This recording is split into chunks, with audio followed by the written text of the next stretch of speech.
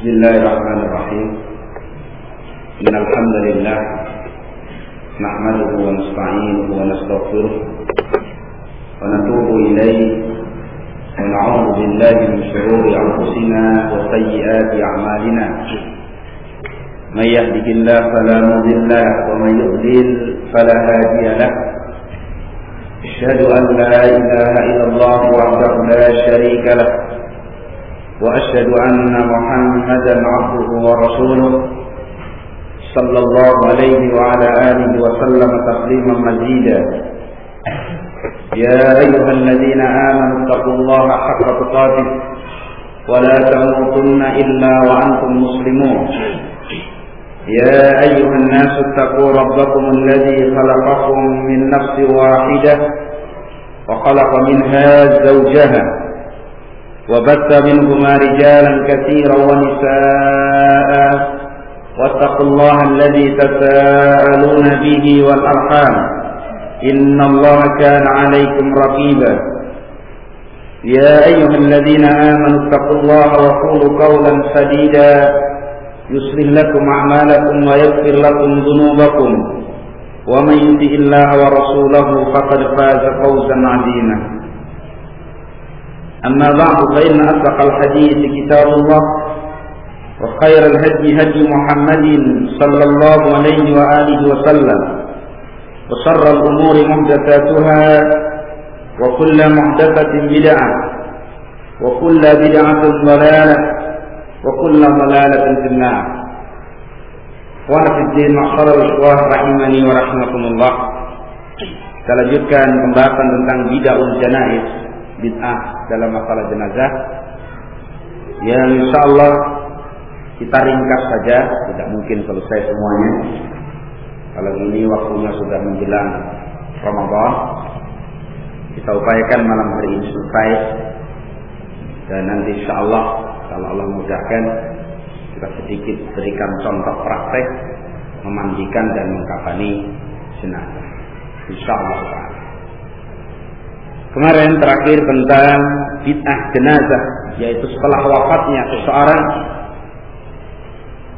Di antara bentuk bid'ah adalah wad'u ghusni akhdar fil ghurfati allati mata fiha.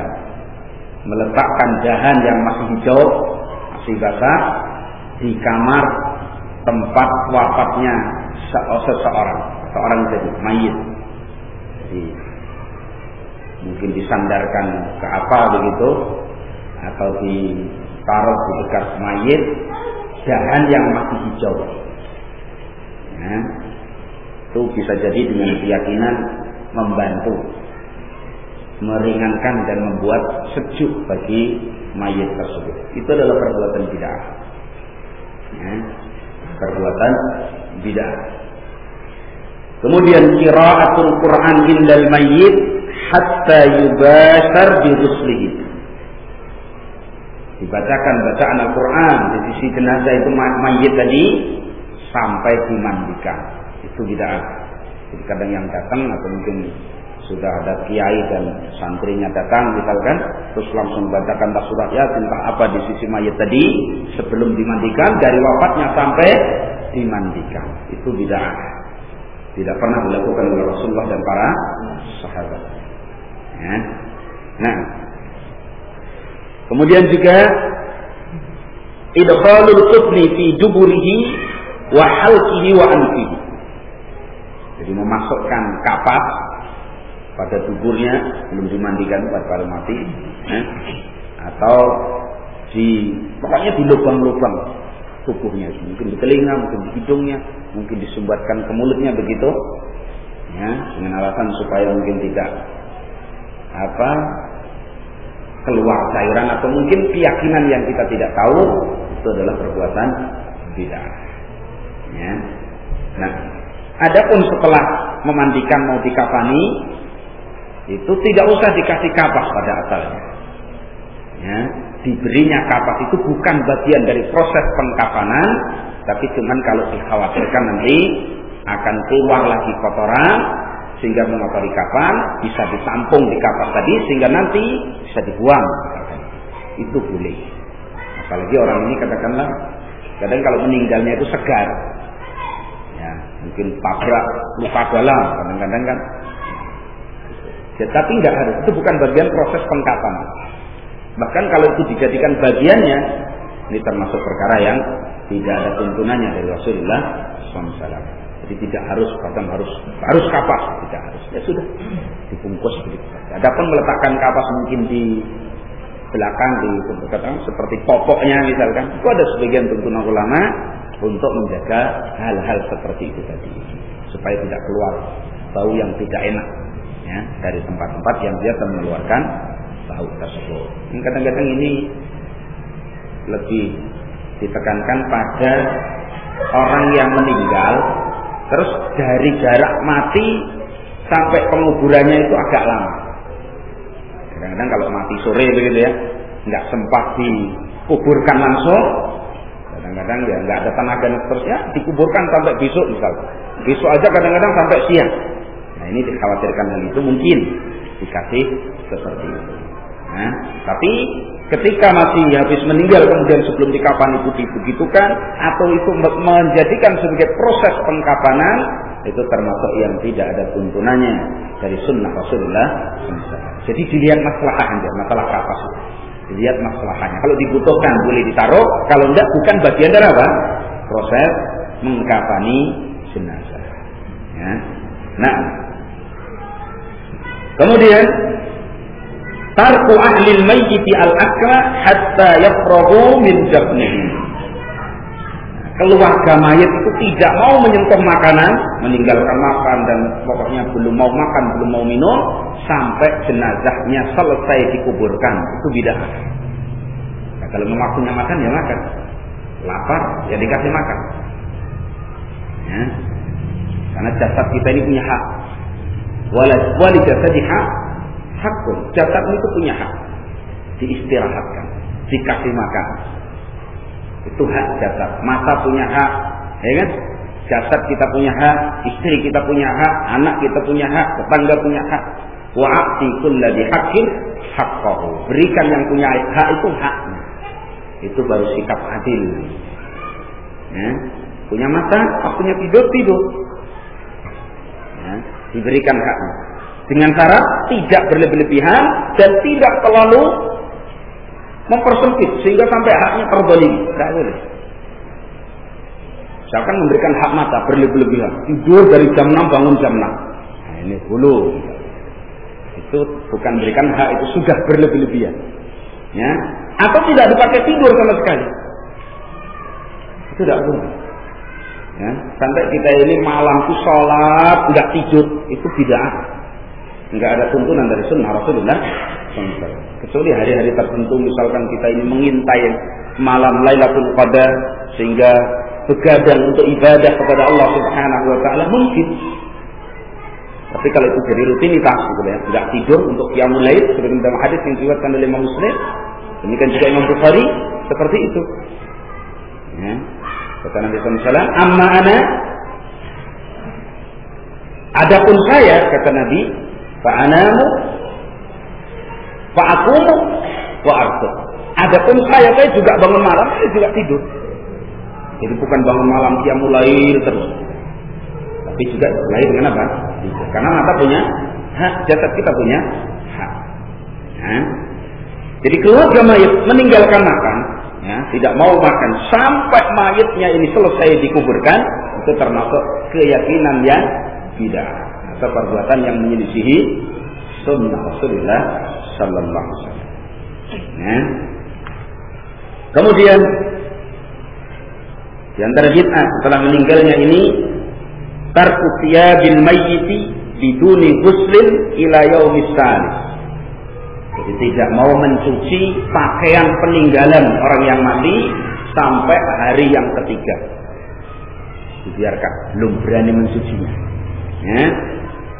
Dizakmin dengan sangkaan, ya, anna dzalika yaruddu anhu adzabal qabri. Bahwasanya dibiarkan tidak dicuci tadi bisa menolak atau mengurangi azab kubur. Jadi nggak dicuci bajunya, biarin. Itu kan kadang-kadang ada keyakinan di masyarakat awam. dengan keyakinan atau sangkaan itu bisa menolak azab kubur bagi si mayit itu bid'ah. Ya. Nah, kemudian yang lain bid'ah setelah meninggalnya, ucapan sebagian manusia, innaman mata yaumal jum'ah aw lailatal jum'ah, bahwasanya orang yang mati pada hari Jumat atau mati malam Jumat seperti ini misalkan, ya, yakunu lahu adzabul qabri sa'atan wahidah, dia cuma mendapatkan adab kubur itu satu waktu saja, ya, karena meyakini fadilahnya meninggal pada malam Jumat. Tapi keyakinan semacam ini beda, bahwa orang yang mati atau wafat pada malam Jumat atau hari Jumat diyakini dia cuma dapat adab kubur sesaat saja. Semua yang qati'u anhul adab, kemudian selesai adab itu terputus, wala ya'udu ila yaumil qiyamah, dan tidak akan diadab lagi sampai hari kiamat. Itu i'tiqad yang tidak. Ada fadilah seorang muslim ahli tauhid yang wafat pada malam Jumat dan hari Jumat, jelas.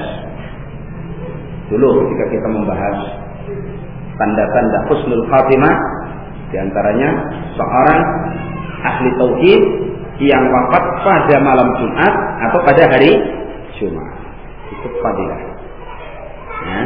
Nah, kemudian juga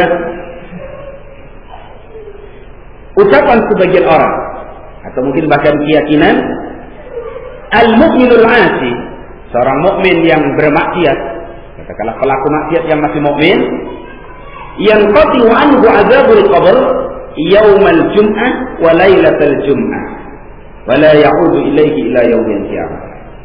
Ini meyakini fadilahnya malam Jumat. Jadi orang mukmin yang mati dia pernah melakukan maksiat atau mungkin ahli maksiat, terputus azabnya itu setiap hari Jumat atau setiap malam Jumat. Itu kadang-kadang di orang awam kan seperti itu.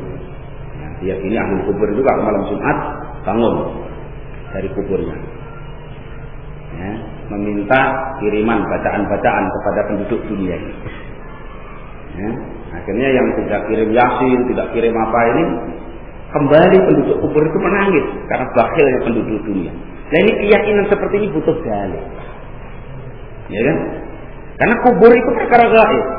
Dia menetapkan bahwa dia bangun buka pintu kubur lalu meminta kepada penduduk dunia dikirimi bacaan Quran. Ini kan perkara gaib yang butuh kepada apa? Dalil. Sedang tidak ada dalil. Maka keyakinan semacam itu adalah keyakinan yang bid'ah. Itu kadang-kadang dijadikan nyanyian musalah itu kan. Setiap malam Jumat, ya kan? Ahli kubur itu membuka pintu, minta kiriman bacaan Quran kan gitu ya. Tapi penduduk dunia itu nggak mau mengirimi, akhirnya dia pulang nangis, kan gitu kan? Lagu-lagu mereka kalau mau salat itu seperti subhanallah. Itu mereka yakini, mereka nyanyikan, mereka jadikan hiasan ibadah, padahal tidak ada dalilnya. Kadang-kadang seperti itu lebih diyakini dari sesuatu yang jelas-jelas nampak dalilnya dari Al-Quran dan Sunnah. Subhanallah. Nah, kemudian ketika memandikan bid'ah, ketika memandikan jenazah, iqadus sarras atau siraj atau kindin fil mawdi' alladhi ghusila fihi al-mayyit thalath layalin min ghurubi syamsi ila tulu'iha. Jadi menyalakan semacam lilin atau dupa atau apalah ya, penerang seperti obor misalkan, ya, yang diletakkan di tempat dimandikannya mayit tadi selama 3 malam. Jadi barangkali di kamar ini kemarin dimandikan, di situ dipasang lentera, ya mungkin lilin atau apa untuk menerangi kamar itu selama 3 malam, dimulai dari terbenamnya matahari sampai besok pagi, terus begitu besoknya. Ini adalah sifat yang tidak, ya, bahkan menggunakan lilin itu pada asalnya termasuk kebiasaan yang tidak, bukan kebiasaan orang musyrik. Ya. Makanya kalau kita lihat praktek-praktek ibadah yang disertai dengan api, itu biasanya orang-orang non Muslim. Karena asalnya itu ada kebiasaan Majusi, Nasara. Kalau kita lihat di Bihara, misalkan orang-orang Buddha itu kan lilin kalau ibadah. Ya, dan istiadat orang Nasara begitu. Kalau ulang tahun yang ditiup apa? Lilin. Lilin itu sejumlah umurnya. Kalau umurnya 100 tahun. Nah, seperti ini. Jadi adat itu sudah menjamur, bahkan sudah ditiru oleh kaum muslim. Anak-anak SD, TK itu sudah diajari nyanyian ulang tahun. Nah, seperti itu. Saranya. Ulang tahun yang ke-7, lilinnya 7. Ataupun lilinnya angka 7 gitu. Itu sudah didakwahkan. Bahkan kadang-kadang oleh kaum muslimin sendiri. Bahkan gurunya ulang tahun saja siswanya suruh mengulang tahun. Jadi kan bagian dari kegiatan belajar mengajar mereka. Subhanallah. Itu bid'ah. Dan itu merupakan musibah yang menimpa kaum muslimin. Tidak ada yang mengingkari. Ya. Nah, jadi menyalakan lilin atau yang semisalnya di kamar atau di tempat yang dimandikan mayat tadi selama 3 malam, itu adalah bid'ah dalam jenazah setelah wafatnya orang tersebut. Nah, kemudian dalam memandikan mayit termasuk bid'ah adalah zikrul ghasil zikra. Jadi yang memandikan ini membaca zikir. Umat kami membaca zikir minal azkar, dari zikir-zikir yang entah mereka ucapkan inda kulli udwin yaksiluhu, pada setiap membasuh anggota badan yang dia mandikan. Jadi mungkin ketika membasuh tangan dia baca zikir sendiri. Ketika mengkeramasi kepala dibaca zikir sendiri. Sambil kemas-kemas. Itu bid'ah. Jadi kita tidak menjumpai zikir khusus untuk memandikan jenazah, itu tidak. Ya sudah dimandikan. Karena hakikatnya mandikan jenazah itu seperti mandi jinabat, itu sama. Prakteknya sama. Cuman kalau mandi jinabat kita sendiri yang mandi. Nah itu kita praktekkan pada orang yang sudah meninggal dunia. Sama, tidak ada bedanya. Jadi nggak ada zikir-zikir khusus. Cuman awal kita baca apa? Bismillah dimandikan. Sebagaimana mandi jenazah, mandi wajib. Ya. Nah, jadi zikirnya orang yang memandikan dengan zikir-zikir yang entah mereka hafalkan apa, mungkin la ilaha illallah, astagfirullah, atau yang lain misalkan, itu bid'ah. Ya. Itu ketika memandikan jenazah. Ya. Kemudian di antara bid'ah itu adalah al-jahr fi dzikri inda ghuslil jinazati wa tasyi'iha. Mengeraskan bacaan-bacaan zikir, bahkan baca zikir saja sudah bid'ah. Lebih-lebih bid'ah lagi dikeraskan ketika memandikan jenazah ini dan ketika mengiringi jenazah. Kadang-kadang kalau mengiringi jenazah itu kan ada bacaan-bacaan yang mereka baca, entah mungkin la ilaha illallah atau apa yang semisalnya, itu semua tidak ada tuntunan dari Rasulullah sallallahu alaihi wasallam. Jadi kalau kita mengantar jenazah ya sudah, kita angkat dengan khusyuk, dengan tenang, tidak berbicara sesuatu yang baik, tidak tertawa, tidak ngobrol tentang urusan dunia. Justru kita belajar berpikir bahwa kita nanti akan mendapatkan giliran diantar. Wa fi jinazati ibratun. Pada jenazah itu ada pelajaran. Jadi jangan kita ini lalai sampai dalam kebiasaan kita ini saja. Rasulullah SAW mengatakan apa? Aksiru zikrala hadimil ladzat. Perbanyak oleh kalian mengingat penghancur kelezatan, yaitu apa? Al-maut. Itu kita tidak melihat jenazah. Apalagi ketika kita ini mengantarkan jenazah. Nah, ingat Nabi bahwa kita nanti akan seperti itu. Lah kalau yang dibawa ini baik, kita berharap bisa seperti itu. Nah, kalau yang dibawa itu kita lihat mungkin kehidupannya jelek, secara penilaian lahir dari manusia itu buruk, kita harus khawatir kalau mungkin di akhir hidup kita dalam keadaan yang seperti itu, bahkan mungkin lebih jelek dari itu. Karena tidak ada jaminan bagi kita semua. Ya. Nah, jadi fi jinazati ibratun. Pada jenazah itu ada pelajaran. Belajarlah untuk mempersiapkan kematian. Jangan lalai. Bahkan pada kondisi yang kita betul-betul bisa belajar malah lalai. Ya. Nah, kemudian bid'ah dalam memandikan jenazah. Sadlu sa'ril maita, melembrehkan, mengurai rambut jenazah min baini sadyaiha, di depan dadanya. Mungkin wanita atau mungkin laki-laki rambutnya panjang misalkan, terus diuraikan ke sini kan. Itu termasuk bid'ah. Nanti kalau perempuan kan dijepang jadi 3, ya kan? Kemudian diletakkan di punggungnya. Kalau laki-laki ya biasanya kan tidak panjang, kecuali laki-laki hari ini, karena ikut-ikutan birosabun misalnya, rambutnya panjang. Karena orang itu kadang kagum dengan pendekar-pendekar itu rambutnya panjang. Seperti itu. Ya. Nah, jadi itu tidak, ya, mengurai rambut mayit, perempuan mengurai. Karena sunnah perempuan itu dikepang, bukan diuraikan. Ya. Terus dibagi menjadi 3. Jadi dicontohkan ya, dalam praktek. Dikepang dibagi menjadi 3. Ya. Nah, kemudian bid'ah dalam mengkafan. Bid'ah dalam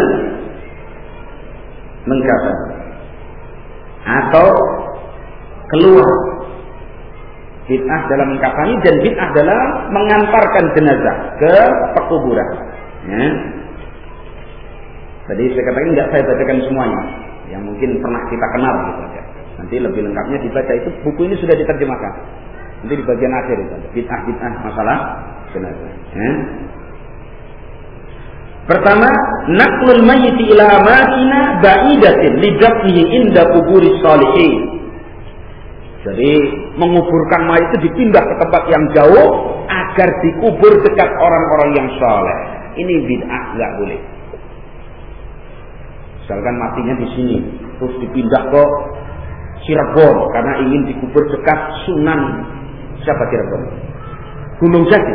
Nah, Sunan Kalijogo misalnya. Jangan. Sunan Kalijogo itu kalau seperti cerita itu bukan orang saleh.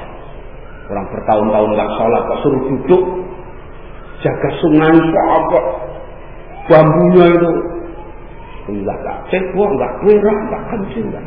Lah kok jadi wali? Gitu kan kitanya itu seperti itu. Diajari sama gurunya, kamu duduk di sini sebelum saya panggil, jangan kemana-mana. Duduk di tepi sungai itu, maka disebut Sunan Kalijogo. Artinya penjaga sungai. Sampai tongkatnya Sunan siapa gurunya? Sunan Bonang ya. Itu tumbuh jadi bambu yang lebat mengelung dirinya sampai lupa. Dipanggil sudah di dalam hutan bambu itu. Saya itu bertahun-tahun tidak sholat, tidak wudhu, tidak perak, tidak kencing, tidak tepok. Lah kok jadi wali? Kok kita percaya? Itu mustahil. Wali Allah kok bermaksiat kepada Allah. Orang meninggalkan sholat itu kafir. Nah seperti itu. Ya. Nah. Jadi yang jelas menginginkan dirinya dikubur yang bukan di kampungnya karena ingin dekat orang saleh itu bid'ah. Sekalipun Rasulullah SAW. Nah, seperti itu. Lah bagaimana dengan permintaan Abu Bakar dan Umar yang ingin dikubur di sisi Rasulullah Sallallahu Alaihi Wasallam? Itu bukan berangkat dari keyakinan Umar bahwa dikubur di situ itu katakanlah karena ibaratnya orang soleh, kita nggak meragukan Rasulullah SAW orang yang soleh. Tapi itu sebenarnya isyarat dari hadis Rasulullah Sallallahu Alaihi Wasallam.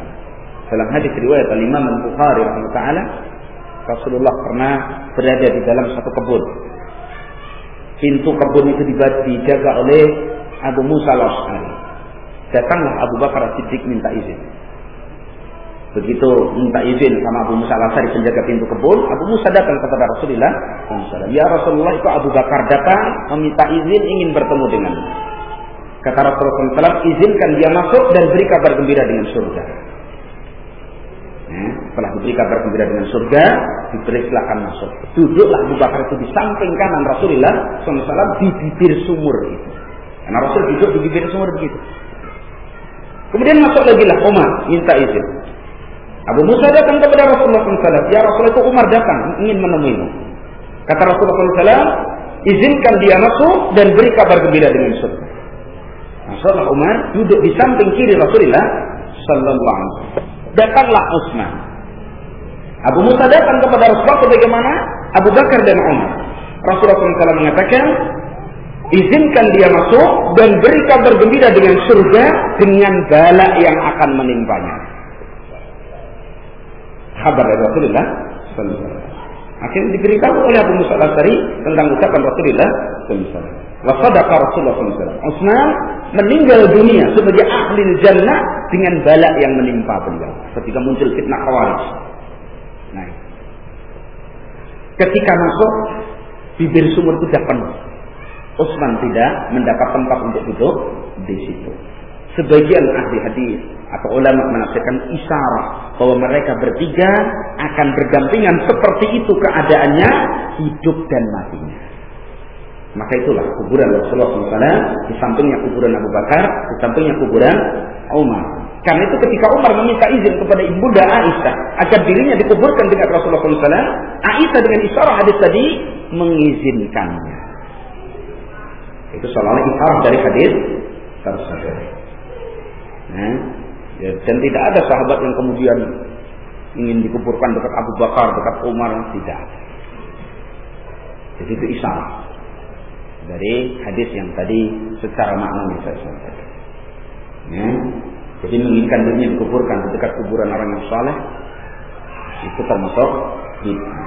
Ya kalau mati di sini dikuburkan di situ. Ingat Rasulullah SAW ketika jenazah Uhud, boleh kita pelajari dia. Para sahabat yang syahid di medan perang Uhud itu ketika ada yang sampai dipikul itu mau dikuburkan di kota Madinah, kata Nabi SAW, suruh kembalikan ke tempat dia mati, dikuburkan di sini.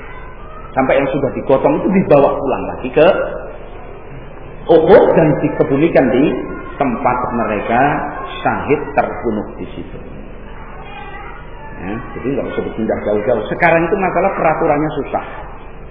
Ya kan? Ini penduduk mana Lampung, matinya kok di Jakarta sana. Orang Jakarta nggak mau nerima.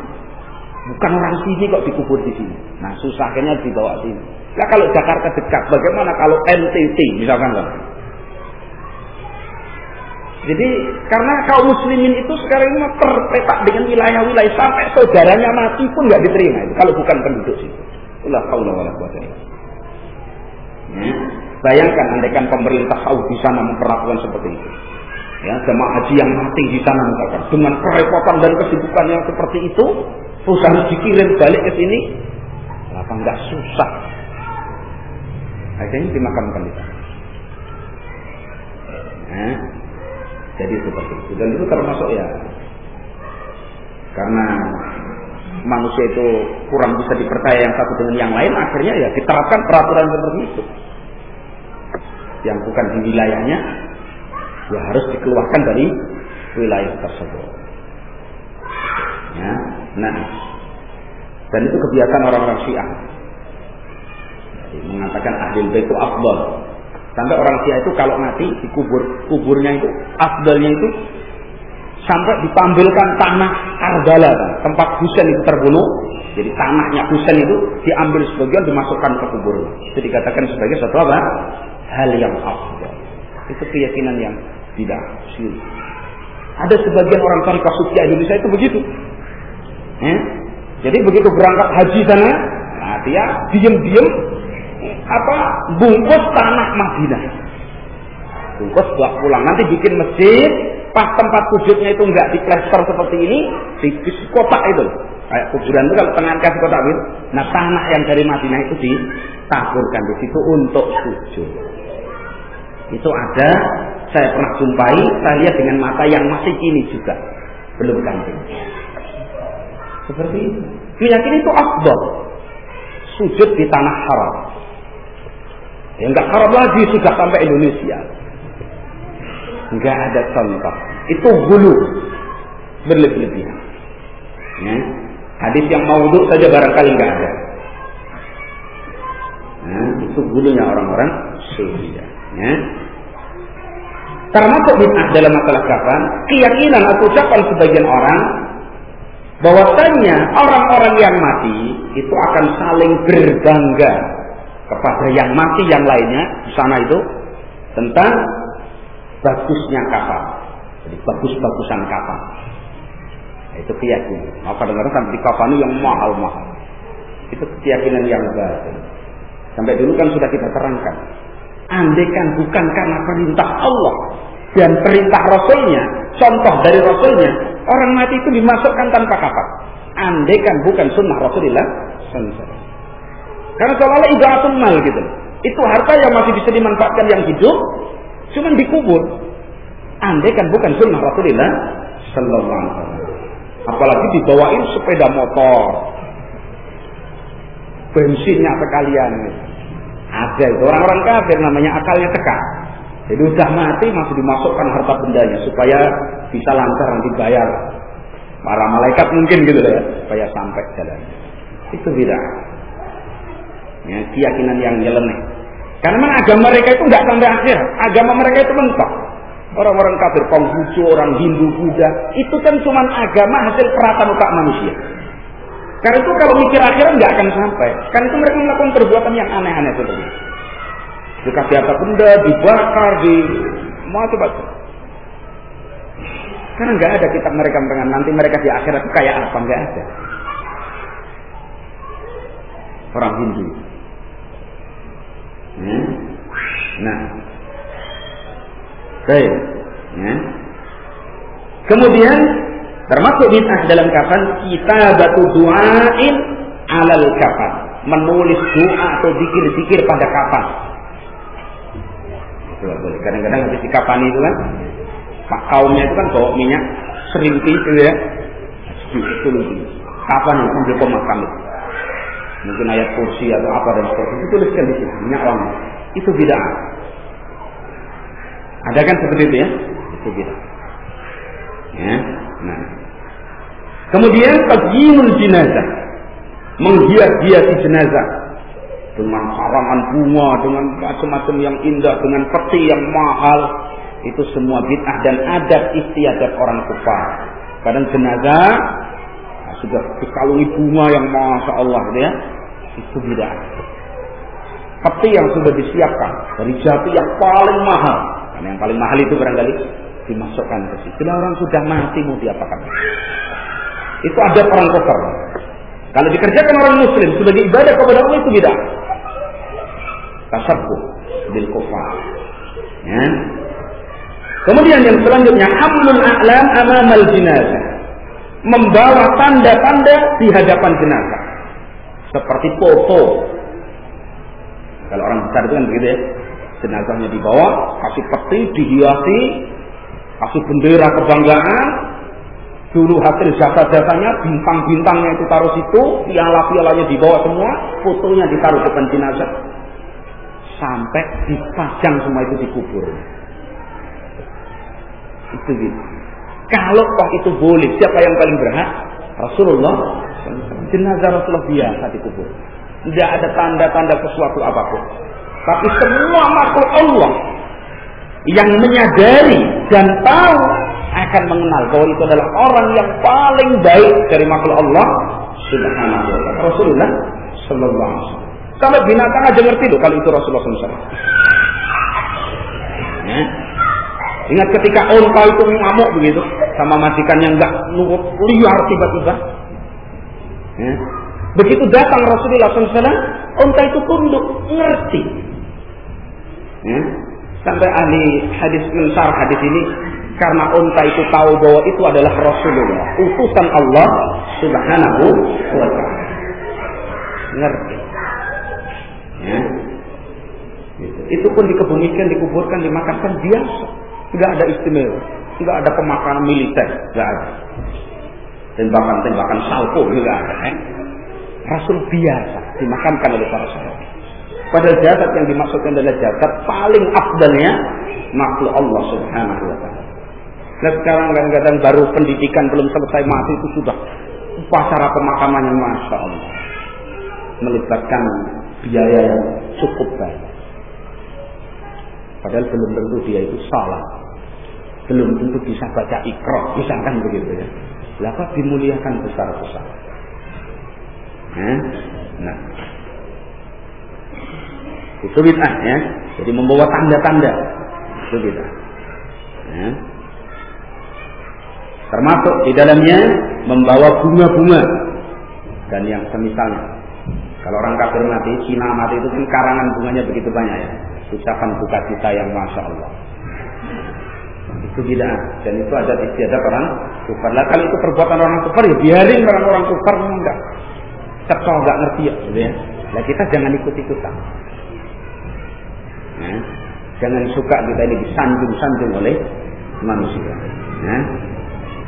Termasuk kita adalah i'tiqadu ba'dihim, keyakinan sebagian manusia annal jenazah, bahwasanya jenazah idza kanat salihatan, kalau jenazahnya itu jenazah orang saleh, khuffa taqluha. Khuffa taqluha. Jadi menjadi ringan di bawah. Dipikul itu ringan, berarti orang saleh. Nah, keyakinan semacam ini beda. Biar orang kafir kalau urus ya ringan, kan gitu ya. Jadi keyakinan seperti itu adalah keyakinan ya beda. Kok tadi dibawa ringan betul ya? Berarti itu orangnya baik insya Allah. Nggak ada hubungan ringan dan berat itu dengan soleh dan tidak soleh. Itu urusan berat badan seseorang. Ya. Nah, Bismillahirrahmanirrahim. Alhamdulillah wassalatu wassalamu ala Rasulillah wa ala alihi wa sahbihi wa mawalah amma ba'd. Ya ayyuhalladzina amanu taqullaha haqqa tuqatih wa la tamutunna illa wa antum muslimun.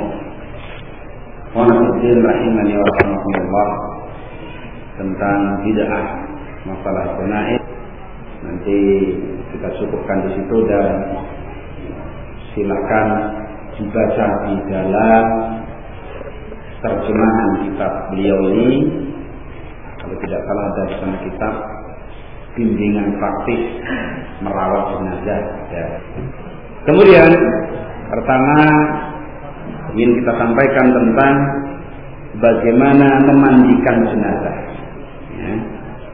Jadi masalah memandikan jenazah. Dalam memandikan jenazah yang diperlukan siapkan air, baik pakai keran, selang, atau mungkin di wadah bak atau apalah ya, untuk penampungan air secukupnya, dalam ukuran cukup untuk memandikan saja. Sisa lebih bagus daripada kurang. Misalkan 3 drum yang merah drum saja ya, atau seberapa, syukur keran pakai air, keran diselang, itu bisa. Itu yang pertama diperlukan. Yang kedua, afdal, bahkan itu satu tuntutan, itu sarung tangan agar kulit tangan kita ini tidak bersentuhan langsung dengan kulit yang kita mandikan, lebih khusus auratnya. Ya, maka diperlukan sarung tangan. Ya, sarung tangan seperti mungkin di kesehatan itu ada ya sarung tangan. Nah kalau sudah dilapis itu lebih afdal dikasih yang tebal itu, sehingga indera kulit ini tidak bersentuhan langsung, terutama nanti kalau memandikan bagian aurat. Yang ketiga semacam mangkok kecil begitu untuk wadah air sebagai campuran, nanti diambil busa campuran daun bidara. Daun bidara itu nggak ada saya, ini tinggal bubuk daunnya aja kayak begini. Tapi daun apapun kalau dibubuk mungkin seperti ini, tapi ini bubuk daun bidara. Nah, dan nanti misalkan ada ember, ember kecil gitu ya, ember biasa itu seperti ember timba sumur itu, dikasih air terus dimasukkan bubuk daun bidara itu atau mungkin daun bidara masih basah dikucek, nanti akan mengeluarkan dosa kotor. Nah, karena dalam sunnah Nabi memandikan jenazah pakai sidr itu daun bidara. Ya, disiapkan. Kalau ada, kalau nggak ada ya bukan berarti nggak dimandikan. Itu afdalnya. Nanti kalau nggak ada ya sabun, misalnya. Sabun yang layak untuk manusia. Jangan rinso. Kemudian kapur barus. Sebenarnya kapur ada itu ya. Tapi bahasa kita enaknya kapur barus. Kapur barus itu ada yang batangan kotak, ada yang bulat. Nanti diremukkan, itu dicampur dengan air. Berarti wadahnya sendiri. Campur air. Nah, air kapur barus itu nanti untuk menyiram jenazah pada basuhan yang terakhir. Satu, dan kapur barus ini nanti sudah dibubukkan, gunanya untuk ditaburkan di kapan yang langsung bersentuhan kulit dengan mayatnya. Jadi kapan yang paling atas. Taburi kapur barus itu, kapur barus ya, bukan hanya kapur titik ya. Kapur barus itu fungsinya itu. Ya, itu alat-alat yang dibutuhkan dalam memandikan jenazah. Kemudian handuk yang nanti gunanya untuk yang mengeringkan, menghanduki setelah dimandikan. Terus siapa yang paling berhak memandikan jenazah? Pertama, orang yang menjadi wasiat si jenazah itu sendiri. Orang yang menjadi wasiat si jenazah itu sendiri. Kalau laki-laki, kalau wanita. Jadi misalkan saya berwasiat nanti kalau saya meninggal di sini dijumpai oleh saudara saya, mungkin Ustaz Fahmi saya wasiatkan untuk memandikan jenazah saya. Berarti beliau yang paling berhak, karena wasiat itu tidak menyelisihi syariat. Tapi kalau misalkan berwasiat nanti kalau saya mati saya wasiatkan istrinya, tetangga saya yang memandi. Nah, ini wasiat yang jahil, wasiat yang maksiat, tidak boleh. Ya. Nah, kalau tidak berwasiat yang paling afdal, kalau menurut perkataan ulama yang paling akrab nasabah, paling dekat nasabnya seperti bapaknya, laki-laki, ibunya, kalau perempuan, terus saudaranya, terus. Nah, suami boleh memandikan istri, istri boleh memandikan suami. Jadi wanita boleh memandikan laki-laki, cuman istri ke suami. Laki ke wanita, ya cuman suami ke istri.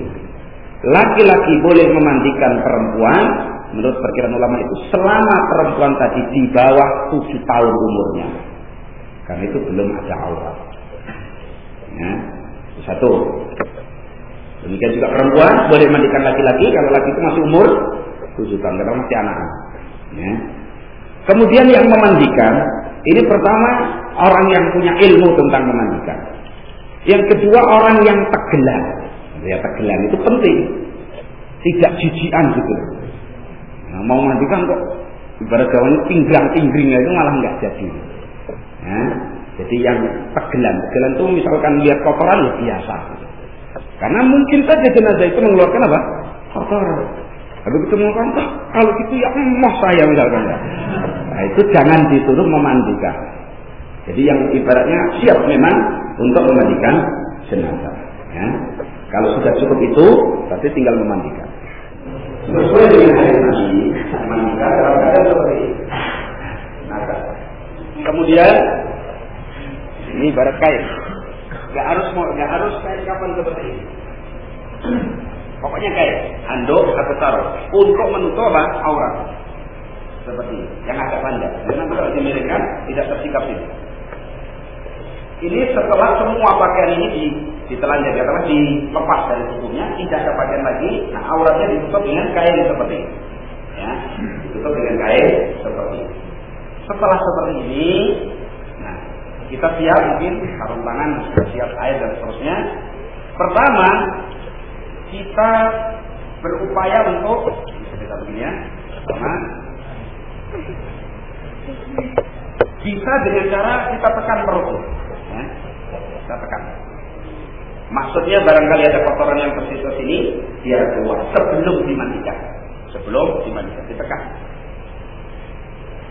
Ada yang suruh naikin, jangan. Cukup ditekan. Maksudnya mendorong supaya kotoran itu keluar kalau ada. Ya. Atau mungkin dengan cara dibangkitkan ke bumi. Ya, sambil tekan pelan. Nah, supaya keluar. Kalau keluar kotoran, dicuci. Nah, tadi katanya harus tegilan tadi ya, cuci. Ambil air, cuci. Setelah selesai bersih, kan ya, baru kotoran, insya Allah sudah nggak keluar lagi. Perkiraan itu sudah nggak keluar. Baru pertama, menurut petunjuk Rasulullah SAW, dan tadi saya sarapan itu mandi seperti mandi wajib kita wudhukan. Ya, ambil air, cuci mulutnya. Tapi jangan dibuka, dimatikan air. Nah, mulutnya. Ini kan sudah ada sapu tangan ya, sarung tangan. Kita gosok. Boleh kita gosok dulu. Sebagian ulama boleh istiwak boleh. Ya, mulutnya. Kemudian jari kita yang sudah terbungkus tadi, dimasukkan ke lubang itu untuk membersihkan. Ya, ibarat ini ganti dari kumur-kumur, tapi jangan dimasukkan air tadi ya. Rambutnya pun semprot.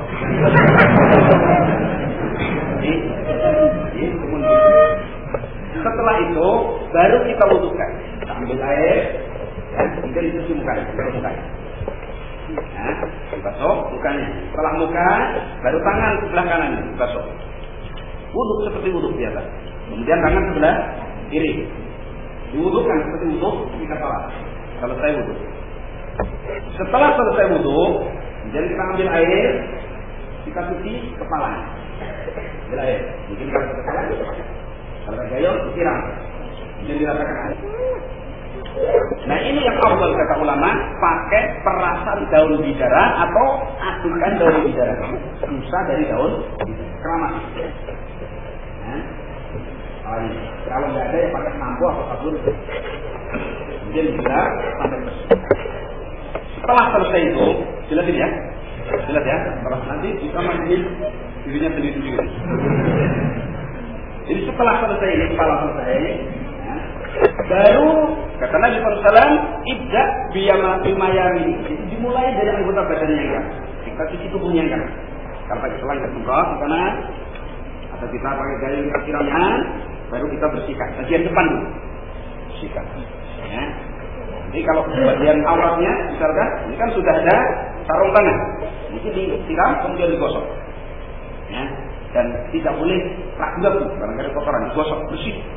Nah, dan bagian depan sudah jenazah dimiringkan, dibasuh bagian belakang, dimandikan. Yang kanan, dari kanan ini ya, apa? Yang kanan. Ya, kemudian dimiringkan. Selesai yang kanan, belakang depan, baru yang kiri depan. Kemudian dimiringkan. Dan dibersihkan sampai bersih.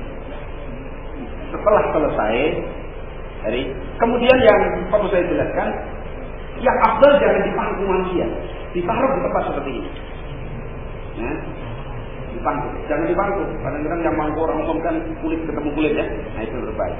Jadi ditaruh di tempat semacam ini supaya mudah. Ya, jadi tadi selesai ya, basuh semuanya selesai, sudah diangkat jenazah dalam keadaan masih tertutup seperti ini. Kalau perempuan ya tertutup semuanya, diangkat, dipindahkan. Selesai memandi, yang dipindah ke tempat yang akan dijadikan untuk mengkafani. Selesai, bisa dipahami. Nah, lupa satu. Setelah selesai tadi, kanan kiri selesai, disiramkan air yang dicampur-campur baru tadi ya, sarungkan untuk siraman yang terakhir. Mengatakan bisa ya? Tidak dibutuhkan. Sebagian ulama kalau nanti keluar kotoran, itu sebagian ada yang dibutuhkan kembali. Ya, kalau keluar lagi kotoran, diwudukan lagi. Tapi kalau tidak, sebagaimana kita mandi janabah. Kita mandi janabah sudah wudhu, selesai mandi nggak wudhu lagi deh. Kalau wudhu lagi bulu, berlebihan. Kok wudhunya nggak batal, kok wudhu lagi? Nah, jadi kalau mandi janabah itu, selesai mandi janabah, cuma nggak batal, nggak berhadas, nggak usah wudhu lagi. Seperti itu pula jenazah. Jelas ya? Jelas? Setelah wudhu. Jadi seperti kita mandi janabah, setelah wudhu baru masukkan air ke sela-sela rambut.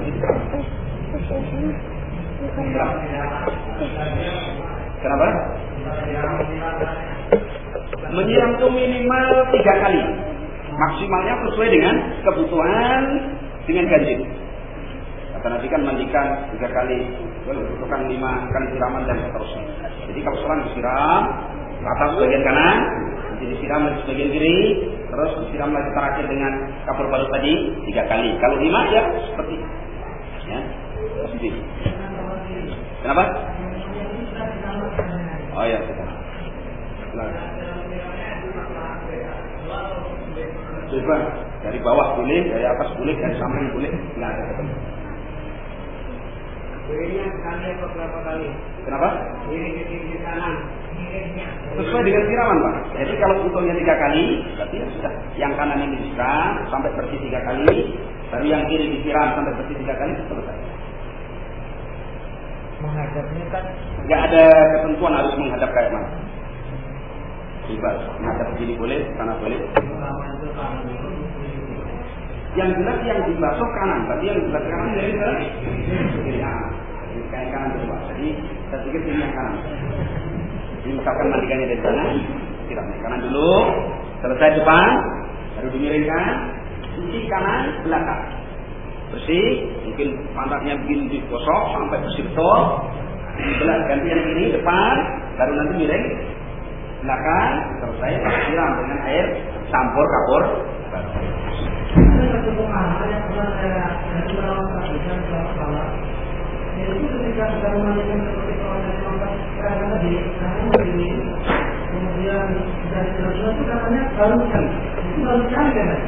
Kemudian diulang seperti itu lagi saya nanti sampai 3 kali atau sampai 10 kali.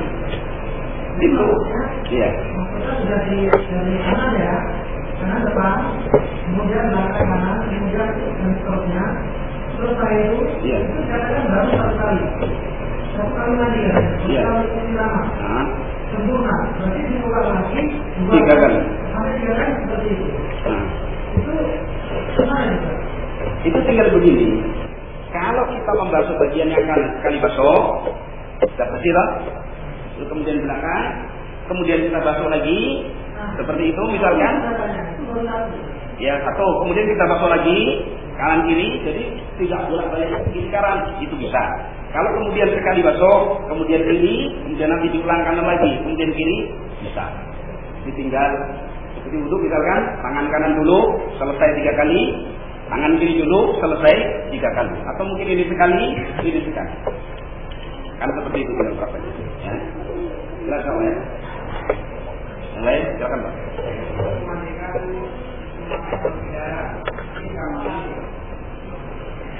Yang siraman daun bidara itu tidak ada hitungan Pak. Yang jelas siramannya itu yang jelas.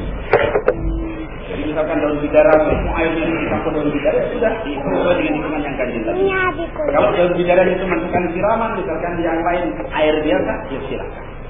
Kalau tidak ada daun bidara pun ya sudah. Yang jelas hitungan minimal 3 kali. Kemudian, ikhwan fillah rahimani wa rahimakumullah, setelah selesai kita mandikan, kita kafani. Dalam mengkafani yang sudah pernah kita bahas, pertama yang afdal dan sesuai dengan sunnah, laki dan perempuan 3 lapis kain. 3 lapis kain tanpa tambahan apapun. Itu sebagaimana yang dikuatkan oleh Syekh Al-Albani rahimahullah dalam kitabnya. Ya, jadi laki dan perempuan 3 lapis kain, tidak usah ditambah. Ya, kemudian yang masyhur dari pendapat sebagian ulama, bahkan itu jumhur ulama, kalau perempuan yang masyhur itu 5 lapis kain. 5 lapis kain. Jadi yang pertama, kalau 5 lapis ini, yang pertama kain sarung. Kain sarung. Ada enggak kain sarung? Jadi yang pertama kain sarung. Boleh seperti ini. Maksudnya nanti diletakkan di sini. Sebagai sarung. Bagi kalau perempuan loh ini, kalau laki tidak ya. Yang kedua baju. Kalau perempuan baju. Jadi nanti bikinnya baju tapi sampingnya dua-duanya terbuka. Jadi bikinnya misalkan ini, ya misalkan ini panjang ke bawah ya. Baju kita lipat seperti ini. Ini kalau ujungnya kita gunting, nanti akan membentuk lubang. Kalau kita buka, membentuk lubang. Nah itu kalau diletakkan, nanti untuk kepala itu dimasukkan ke lubang itu. Nanti otomatis akan menjadi baju. Gitu ya. Ini yang ketiga, kerudung. Wanita pakai kerudung. Nanti untuk kerudungnya kayak jilbab betul ya. Jadi dipasang, misalkan begini, untuk kerudungnya seperti ini. Baru 3 itu dilapisi dengan 2 lapis kapal. Ya, itu kalau perempuan dikatakan 5. Ya, baik. Sekarang kita praktekkan yang 3 lapis kain. Dan 3 lapis kain laki perempuan sama. Ya. Usahakan tidak harus kain mori, tidak harus kain kapan. Ya. Karena kadang-kadang kalau kain kapan itu terlalu sempit. Kalau medannya besar, nah itu repotnya. Jadi yang pertama ini kain yang pertama. Sebelum kain ini kita letakkan, kita bikin tali pengikat, ya. Tali pengikat. Tali ini dalam syariat tidak ada jumlah tertentu yang hitungan. Sesuai dengan kebutuhan. Kadang harus berapa? 7, harus 5. Ya. 11 boleh kalau memang nodanya panjang betul. Nah kain ini, tali ini sebelum kain kapan ini kita letakkan, kita atur posisi. Ini berapa ini? 5. Nah ini. Ya, seperti ini. Yang ini di bawah kaki nanti kira-kira. Setelah tali kita buat seperti ini, ganti, ya bebas. Misalkan duping disobek enggak apa-apa. Ya. Kemudian kain kapan putih itu afdal. Kalau enggak ada 2 lapis enggak apa-apa, enggak ada 1 lapis enggak apa-apa, enggak. Misalkan enggak ada. Ya. Kemarin kalau enggak ada betul, ya segini dibagi 2 enggak apa-apa. Yang dibungkus utama bagian kepala, kakinya nanti mungkin ditimbun dengan rumput atau yang lain, tidak ada masalah. Kalau memang betul sudah, saya yakin hari ini tidak mungkin kekurangan seperti itu. Mudah-mudahan.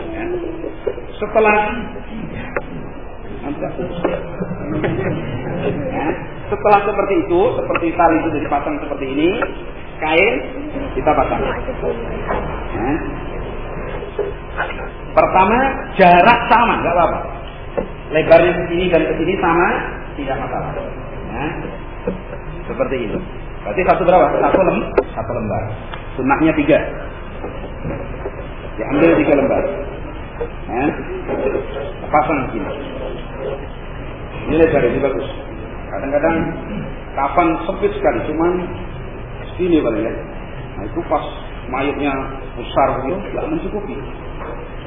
Kalau terpaksa, misalkan kita ini bungkus jenazah, kain kapannya itu cuma ya, kain kapan yang jatuh untuk bungkus sempit dan cuma sedikit, sudah harus dibungkus. Kalau memang terpaksa ya dimiringkan ke sana, panjangnya itu untuk lebar. Nah, ya, kalau memang nggak cukup betul, ini sama seperti ini dalam. Kemudian yang bagian atas ini kita taburi kapur baru. Apa? Nanti ini yang nempel di tubuh jenazah. Ya, ya, dibungkus lagi. Ini jenazah tadi. Jadi ibarat diangkat tadi dari tempat mandi, ditaruh di sini. Ya tadi masih ada, sebenarnya apa? Selimutnya di sini ya. Ya. Setelah itu kita bungkus. Ya, kita masukkan bagian kanan ke dalam tubuhnya begini.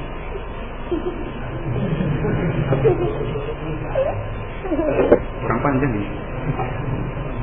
Ya apa-apa, baratnya begini cukup. Satu dilipat begini. Kain jangan diambil dulu. Kain penutup aurat tidak diambil dulu. Ya, ini satu aja dulu. Tuh, seperti ini ya. Kemudian sebelah sini. Setelah sebelah sini ditutup, diambillah kain tadi, karet. Bisa dari bawah, bisa dari atas. supaya aurat tertutup. Diambil anduk ini atau penutup ini, diambil, tarik dari sini. Atau mungkin dari bawah. Dalam keadaan sudah tertutup. Ya. Setelah seperti ini baru ditutup.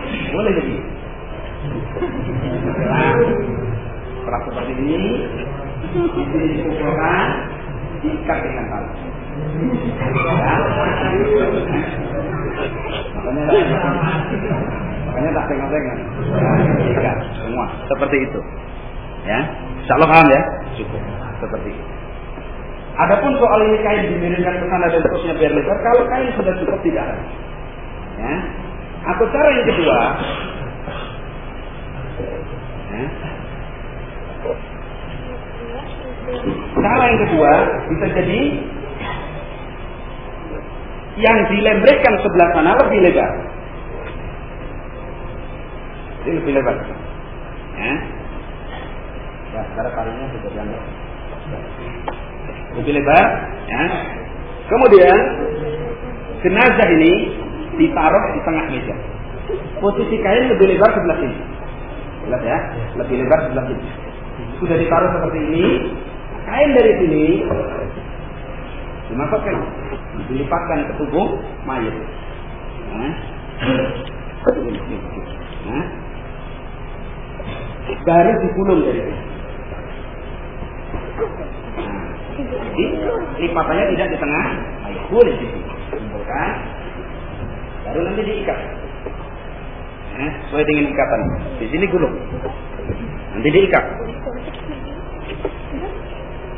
Jelas ya? Jelas ya? Jadi mudah. Yang penting dibungkus rapat. Gitu aja. Ya. Yang penting dibungkus rapat. Ya. Kamu mau dibungkus? Ini kalau laki dan perempuan dalam satu pendapat ulama. Ya. Kemudian kalau wanita, yang tadi saya katakan 5 pakaian, nah, itu kayaknya ini kurang ya, dulu. Pertama setelah tali kita letakkan, katakanlah, kemudian kain ini sudah kita letakkan, alat dua lapis kain sudah kita letakkan. Ya. Pertama yang kita letakkan, kalau kita mau bungkus jenazah perempuan dengan 5 pakaian. Pertama yang kita taruh kain di bawah, sarungnya tadi. Nah, taruh, kita taruh. Seukuran di atas pinggang, atasnya sampai sini.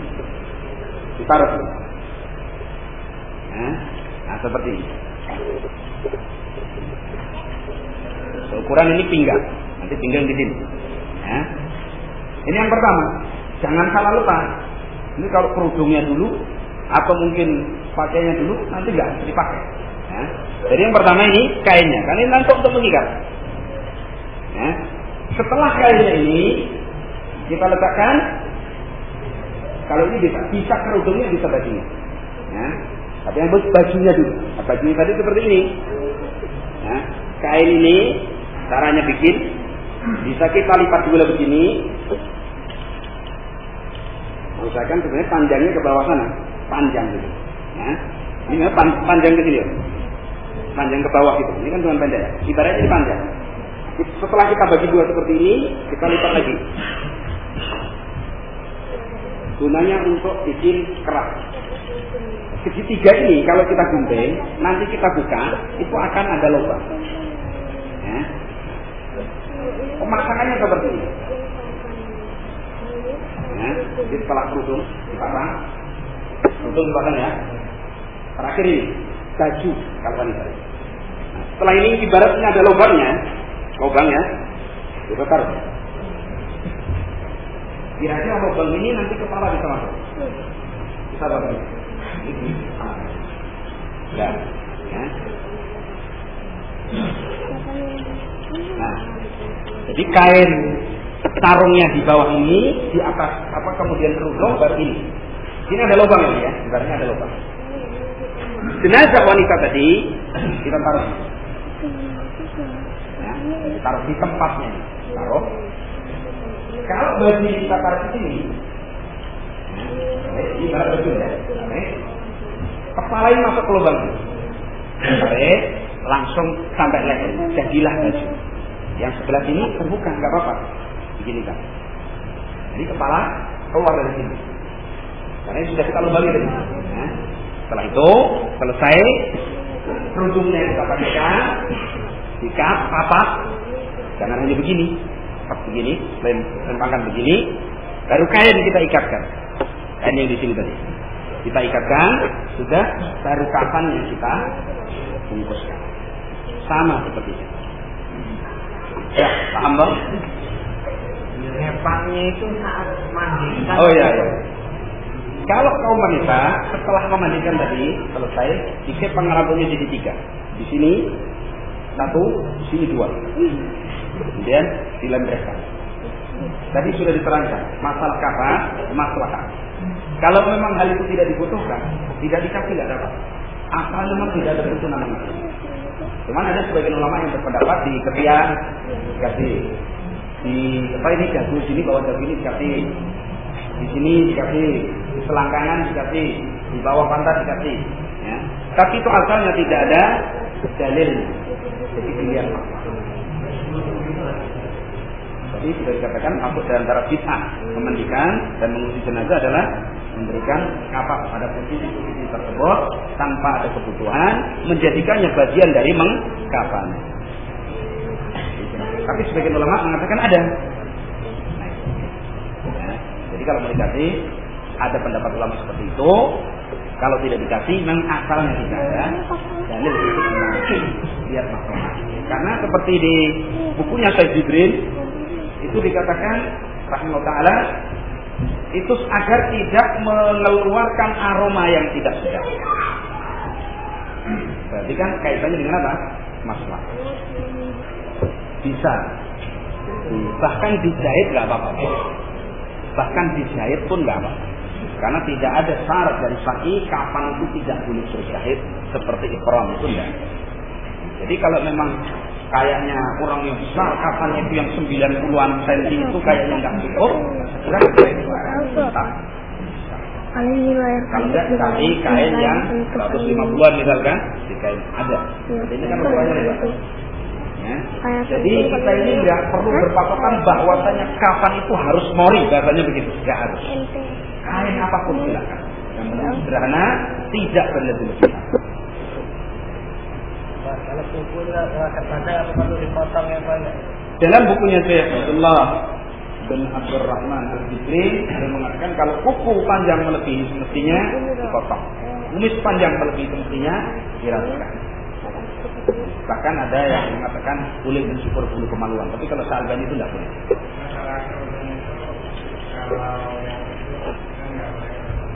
Kalau yang ayat kita ada harus panjang. Enggak, itu untuk menutupi ini, menampakkan wajahnya. Jadi sampai sininya cukup dengan baju tadi. Jadi nggak harus kerudung seperti hijab syar'i itu tidak harus. Jadi itu untuk menutupi kepala, khimar, jilbab, khimar, kerudung. Jadi belakang kan jelas.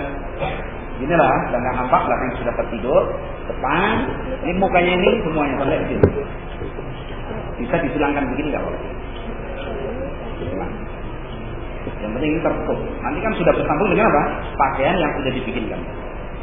Andai kan tidak pakai kerudung, tidak pakai pakaian, tidak pakai kain banget, 3 lapis kain cukup, nggak ada masalah. Seperti lain. Itu pada ya. Isi tangan untuk saat di kafannya apakah tetap apa? Umumnya ada istiadat yang sudah diwarisi kaum muslimin seperti ini posisi di sana. Tapi dia ketika, tetapi itu tidak dijumpai dalil keharusan syarat kalau itu tidak boleh, sehingga kalau meninggalnya begini sudah kaku harus dipatahkan, tidak boleh. Akan mematahkannya tidak boleh. Tapi kalau posisi nggak bisa dikafani, misalkan begini, gimana mau kafani?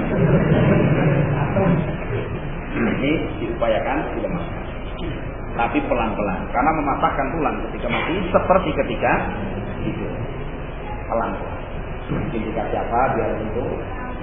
Makanya itu kan salah satu buktinya kalau kita ini melihat saudara kita ini mau meninggal dunia, itu kita harus siap-siap. supaya ketika mati diposisikan dalam posisi yang tidak akan lagi memadaratkan diri. Segera. Tapi tulang yang kaku ini kalau belum katakan lama itu masih bisa. Karena buktinya kalau diangkat itu sudah masih kakinya juga masih lemah. Kalau baru meninggal dunia, mungkin kalau sudah 1 hari lebih, nah itu mungkin bisa jadi kaku. Yang bergaris, kalau ada kapan bergaris semuanya bagus, dari dalam sampai keluar. Kalau tidak keluar bergaris. Taruh sini. Tapi dominan warna putih yang afdal. Andai kan tidak ada kapan enggak seperti kapan begini. Jari itu ngerti. Boleh untuk kapan. Boleh. Enggak harus warna putih. Misalkan enggak mampu nilai keluarkan untuk maksudnya enggak ada yang karena apanya kapannya dari harta mayit. Ya, sebelum bisa bagi warisan diselesaikan dulu masalah ini. Termasuk di kapan ini dari harta di mayit. Kalau memang enggak mampu, katakanlah jarit istrinya atau mungkin kalau yang mati istrinya jarit dia bungkus enggak apa. Putih itu afdaliyah bukan syarat. Boleh hitam, boleh hijau, boleh garis-garis, boleh berwarna, boleh. Tapi yang afdal putih karena kata Nabi sallallahu alaihi wasallam, "Fakafinu mautakum bil bayad." Kapan mayit kalian itu warna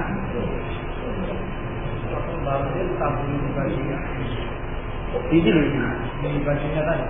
Kalau perempuan ya yang paling melekat kulit. Jadi di kain yang akan mengikat, di bajunya, ya, kemudian nanti kan itu yang dilibatkan ke kulit. Kalau cuma 3 lapis kain, ya langsung kain yang paling atas seperti tadi dikaburi. Itu untuk karena kafur bahasa Arabnya itu. Sebagian mengatakan bukan kafur barus, asalnya zat itu akan mencegah dan menahan munculnya bau yang tidak sedap dari mayit. Sama saja, sama. Anak-anak sama. Ya. Sekarang kalau mayitnya itu masih dalam kecelakaan, misalkan hancur, tubuhnya hancur, atau apa dia katakan hancur, saya tidak mengatakan kesimpulan, contoh, karena memang butuh ilmu. Ya. Karena menggibah orang yang mati itu tidak boleh. Tapi ini kan nggak siapa kan nggak ada yang hancur. Misalkan orang mati, kaum muslim itu hancur atau terbakar, hangus. Tidak mungkin dimandikan. Misalkan yang hangus ini kalau dimandikan digosok sedikit mungkin akan mengelupas atau bagaimana. Yang hancur ini malah mungkin semakin darahnya ditayamumkan. Dengan cara orang yang memandikan dan mengkapan ini menepuk pertama seperti tayamum. Ditiup. Ya, sekali tepukan, diusapkan ke wajah mayat tadi sebisanya, kemudian ke punggung telapak tangan. Cukup. Laki perempuan sama. Itu kalau tidak mungkin dimandi. Namanya mati, terserah bagaimana Allah menentukan. Ya, seperti itu. Jelas? Sudah? Kalau mungkin dimandikan, dimandikan. Kalau itu tidak memadaratkan. Tapi kalau dibuka itu memadaratkan, mungkin ya meleleh atau badan seterusnya, jangan. Karena seperti misalkan saudara kita meninggal, jadi mungkin luka, misal ya, mengeluarkan darah atau mungkin itu, dimandikan darahnya keluar terus, itu boleh diperban, berkain perban, dilakban dengan lakban yang seperti untuk perban itu sudah dibungkus, sehingga tidak terus mengeluarkan apa? Kenapa?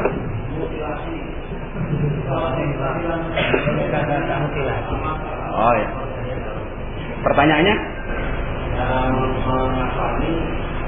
Yang terakhir, artinya misalnya potongan tubuh yang terakhir untuk kepalanya.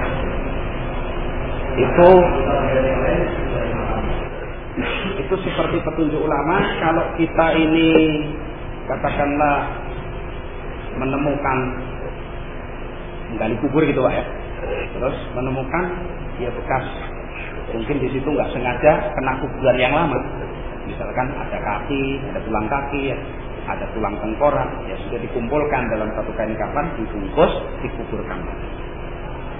Nah dengan itu berarti kalau kita menemukan kepala, ya sudah dibungkus kain kafan, dikubur. Ya seperti itu saja. Hah? Ini tidak mungkin memandikannya. Ya.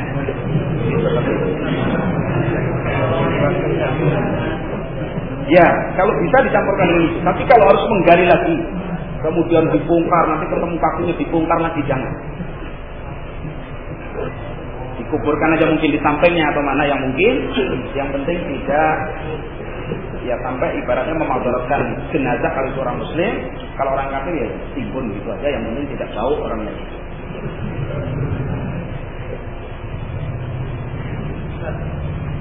Ketika jenazah dikuburkan itu apa ada syariat tentang tali pocong itu harus dilepas?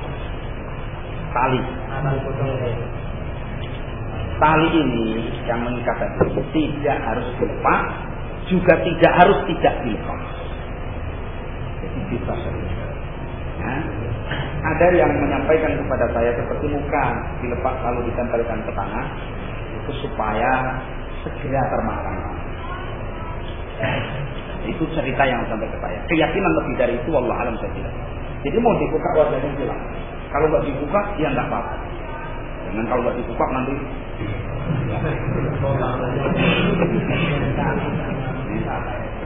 Ya, itu silakan.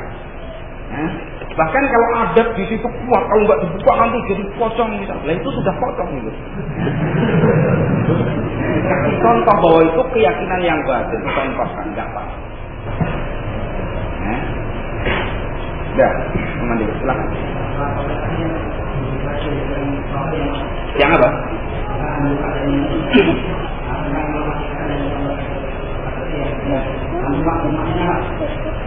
Ya bebas dalam hal itu mubah. Mau dilepas aja tidak apa-apa. Jadi misalkan kita ini menguburkan jenazah, kok nggak kita lepas terus ribut di kampung itu, ya dilepas. Nah, kadang-kadang satu hal yang remeh kita paksakan, malah akhirnya orang membenci kita seluruhnya. Ya sudah dilepas. Ya.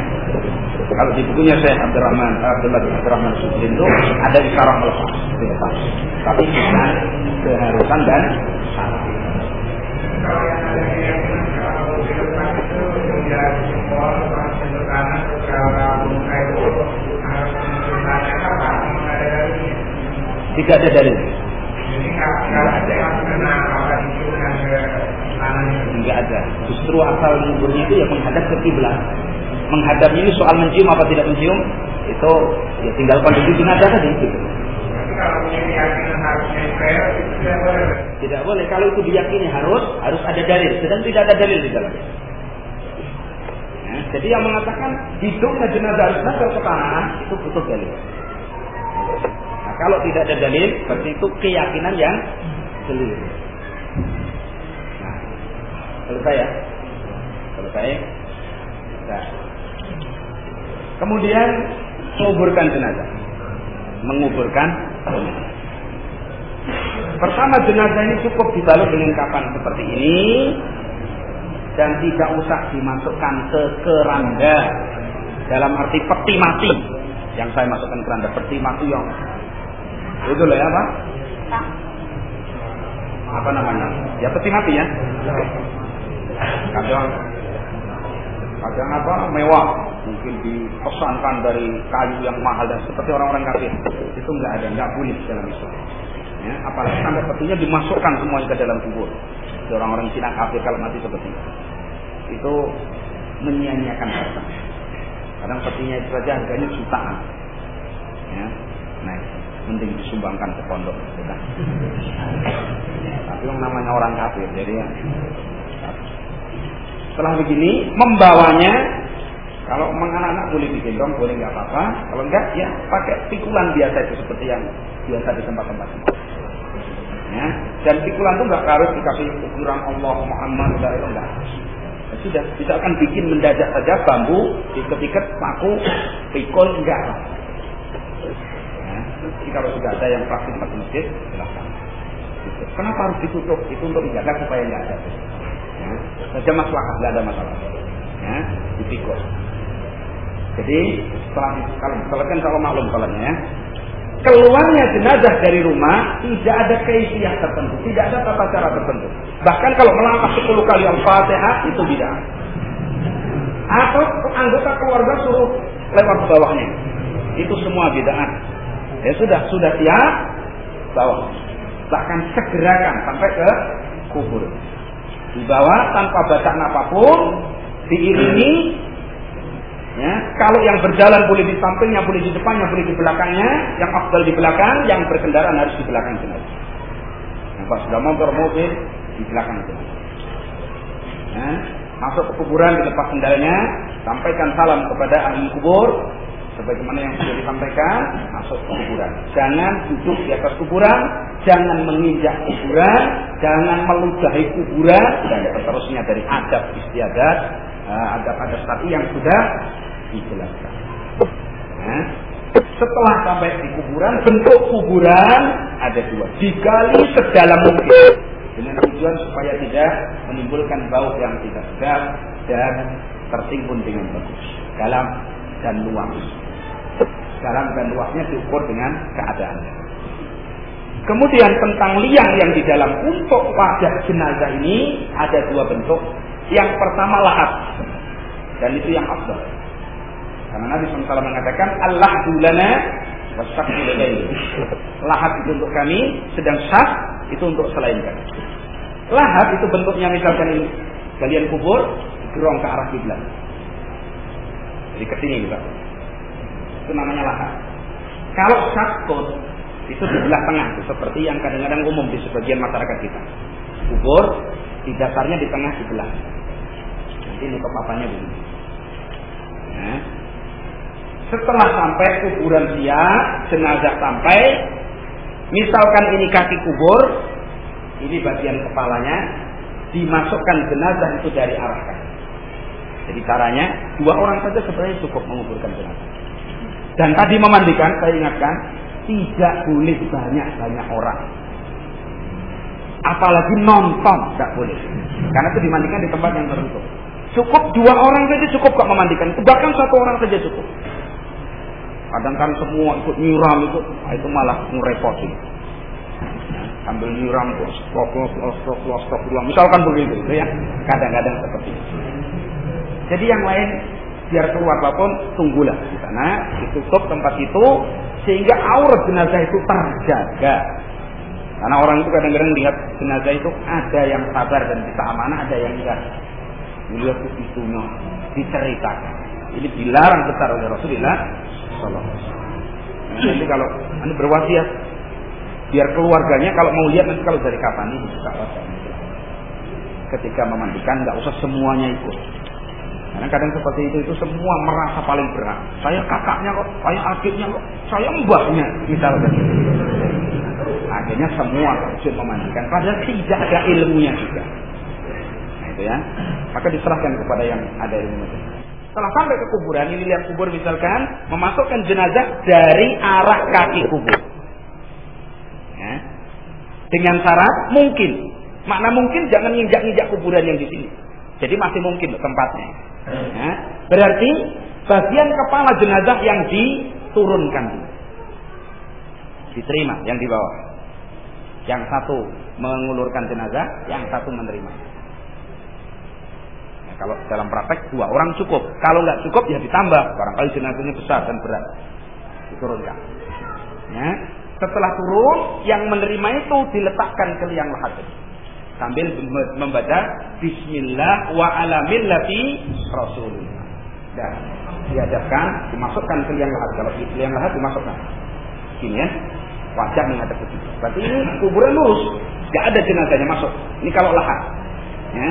Kalau sak yang di belah tengah itu, ya sudah ditaruh. Bagaimana dengan tanah bulat itu? Ya, itu nggak usah, nggak harus. Ya, tanah bulat harus 7, harus 5, nggak harus. Itu ada ekornya sendiri loh orang-orang itu ya. Jadi nggak harus seperti itu, sudah dimiringkan. Kalau memang posisi sudah miring cukup, nggak usah. Itu kan katanya sebenarnya orang dulu itu cuma untuk ganjel. Lah ganjel itu orang sekarang karena saking nemennya mikir diyakini. Nah gitu ya. Baru untuk ganjel supaya nggak terlentang lagi. Kalau nggak perlu itu misalkan liang lahat itu sudah fresh bagus. Nah seperti itu. Setelah selesai ditaruh dengan bacaan Bismillah wa ala millati Rasulillah, ditutup pakai penutup. Mungkin papan atau gatal. Kalau lahat berdiri. Dan papannya nggak usah panjang-panjang. Ya, seukuran lahat itu saja. Setelah ditutup, selesai menutupnya, masing-masing kita disunahkan mengambil 3 tarukan tanah, dilemparkan ke bagian kepala jenazah tersebut. Jadi bukan setelah ditimbun, tapi setelah ditutup lahatnya atau lubang jenazah. Paham ya waktunya? Sudah dimasukkan ke liang lahat atau sak tadi, ditutup pakai papan misalnya kita atau bata. Masing-masing kita yang mampu, tapi jangan memaksakan diri. Kalau usaha berdesak-desakan misalkan begitu, jangan. Ya, ambil dengan perlahan dan bagus. 3 ambil sekali genggaman tanah, taburkan ke bagian kepala jenazah. Tidak ada bacaannya. Ya, jangan dibaca yang aneh. 3 kali. Nah, setelah itu baru ditimbun. Menimbun jenazah ini nggak harus pinggirnya dicampur-campur. Itu ada, saya pernah melihat tuh yang langsung begitu dimarahi sama Pak Kauli. Salah itu begini dulu. Berarti ada apa ya? Ada etikatnya. Ya Pak ya Pak. Di umum pun kalau kecil jangan diumumkan, ya kan? Pinggirnya langsung aja ditimbun. Ya, ditimbun, selesai. Dan penggundukan ini diambil dari tanah galian jadi tidak boleh lebih. Digundukkan dalam keadaan yang meruncing, ya. Kemudian tanda dari yang diletakkan, ya mungkin batu atau apa yang kayaknya ya nggak hilang dan berbeda dengan kuburan yang lain, cukup. Tidak boleh ditulisi, dikasih nama, wafatnya tanggal sekian, lahirnya tanggal sekian, tidak bisa. Karena Nabi melarang menulis di atas. Selesai, habis dikuburkan, boleh seorang berkhutbah di situ boleh. Misalkan ustaz atau siapa yang alim di situ menyampaikan nasihat boleh dalam bentuk seperti yang mendorong seorang supaya persiapan kalau sudah seperti itu nanti, karena Rasulullah pernah cerita panjang tentang jenazah seorang mukmin dan jenazah seorang kafir selepas menguburkan. Kalau tidak boleh seorang itu berdiri meminta kepada saudaranya, astaghfiru li akhikum, mintakan ampun kepada Allah saudara kalian ini, fa innahu sayus'al, karena sebentar lagi dia akan ditanya. Mintakan supaya ditanya sahabat kokoh dalam menjawab soal kubur. Sebentar lagi dia akan ditanya. Terus doanya sendiri juga. Jangan habis kuburan selesai kemudian ila hadratil mustaqal Fatihah. Itu tidak. Selesai pulang. Sudah cukup ya jenazah. Ada yang muskilah? Payung nggak usah dipayung. Nggak usah dipayung. Nah. Kalau tidak perlu kendaraan, tidak usah. Kalau jauh, baru boleh. Barangkali mikul 3 kilo ukurannya misalnya. Itu kalau masih bisa gantian, jadi nggak apa-apa. Ya. Nah, itu.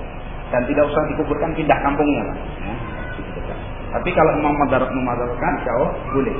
Karena itu Syalbani mengatakan mengkhususkan kendaraan jenazah itu bid'ah.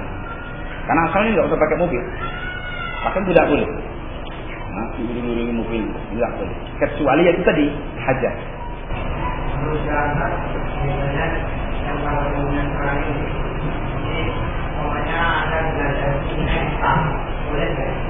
Itu masalah mubah, Pak.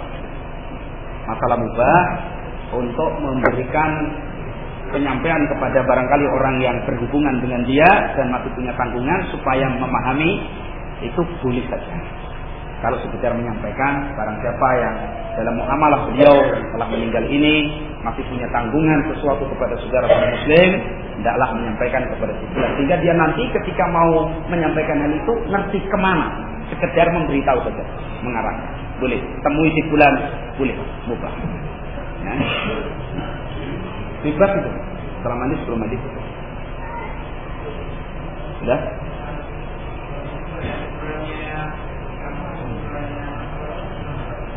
Dulu sudah diterangkan kuburan campur itu tidak boleh. Kuburan kaum muslimin, kuburan kaum muslimin. Kuburan orang kafir musyrik, kuburan orang kafir musyrik. Tidak boleh dicampur. Di dunia bisa, di akhirat bisa. Kalau nggak ada campur kaum muslimin, beban fardu ain bagi mereka yang di tempat itu untuk melakukan kuburan saudara. Bahkan dapat Malikiyah, Malik mengatakan wajib dipindahkan, dibongkar, dipindahkan. Kalau enggak, yang kafir itu dibongkar, dipindahkan. Jadi enggak boleh. Kafir musyrik namanya. Orang Nasara itu kafir musyrik. Yahudi seperti ini. Kalau Hindu itu kafir tulen. Kafir dengan musyrik beda, Pak.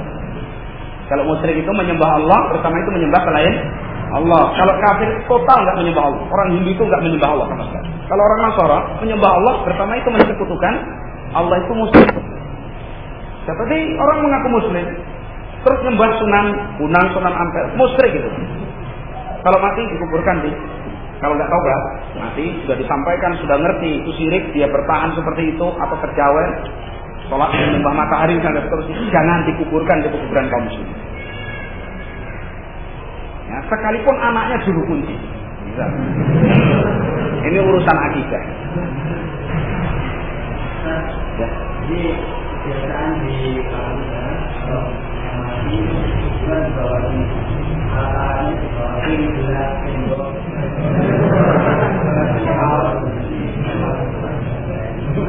itu orang yang lalai. Bagaimana dia mau makan di sana? Tidak perlu, itu enggak perlu. Idha'atul mal. Nabi itu melarang keras idha'atul mal, menyia-nyiakan harta. Enggak boleh.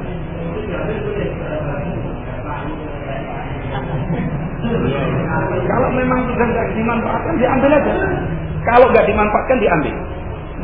Syekh bin Baz memberikan fatwa, ya, ada orang itu berkorban binatang yang masih hidup, dikorbankan kepada penghuni kubur, ditambahkan di situ hidup. Boleh, kata beliau, diambil, boleh. Sembelih dimakan, enak. Dipelihara, enggak apa-apa. Boleh. Karena dulu Rasulullah mengambil harta yang katakanlah sesaji persembahan orang-orang musyrikin di dalam Ka'bah itu kan banyak berhalanya. Diambil oleh Nabi SAW untuk menebus orang-orang sahabat yang kena dia, kena denda. Boleh dimanfaatkan kalau ada. Misalkan di situ ada di kuburan itu dibawain piringnya bagus. Ditanya sama ini dipakai enggak? Kita pakai aja. Tapi kalau dengan itu kemudian malah terjadi mabuk, kemudian kita dianggap mencuri, terus kita diperkara massa sampai polisi, ya jangan cuma gara-gara piring. Ya. Cuman asalnya itu dimanfaatkan yang habis itu.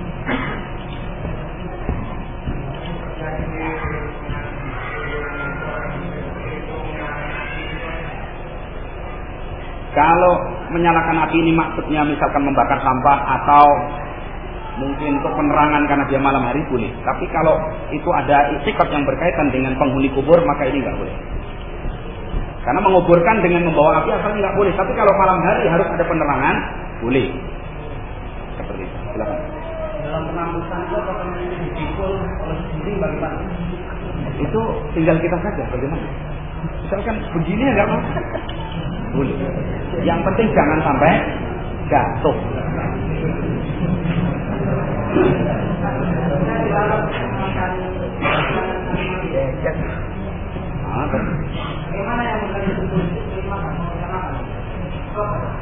Semestinya yang gali kubur itu tetangganya yang ngirim makanan. Karena yang ini sedang kena musibah, nggak sempat berpikir bagaimana memberi makan yang gali kubur. Karena itu ukhuwah Islam yang perlu ditingkatkan. Ya. Jadi ini saudara saya sedang kena musibah, itu yang gali kubur suruh tak kirimlah makanan biar dia makan, minuman biar dia minum. Begitu. Jangan kadang-kadang kita ini salah praktek, nggak boleh makan, nggak boleh minum, sampai kehausan sudah ditahan. Malah akhirnya dia yang duluan. Yang lain? Jadi ya, kalau dalam mati itu di depannya sebenarnya seperti makaumnya ya, itu bahwa makau itu ada bunyinya, kembang, ada juga. Itu haram, perbuatan sia-sia. Pelakunya pasti orang bodoh, pasti. Karena apa manfaatnya? Ya, kalau mau sedekah kepada anak-anak, kadang itu bukan hartanya Pak kaum, ya, harta orang kaum muslimin yang ingin membantu orang yang kesusahan malah dilempar-lemparkan di sana. Katanya membersihkan jalan. Ada yang bawa kotor. Apa itu? kerenjang dikasih yang dari sana itu ya, wali kasih arang dihidupkan. Ini cara majusi. Sehingga di depan dia sambil nyapu jalan, ada yang nyapu bawah. Ini bara itu tadi, sehingga apinya mengepul. Cara-cara orang kuno. Kalau itu jadi adat yang mengharuskan, tidak boleh.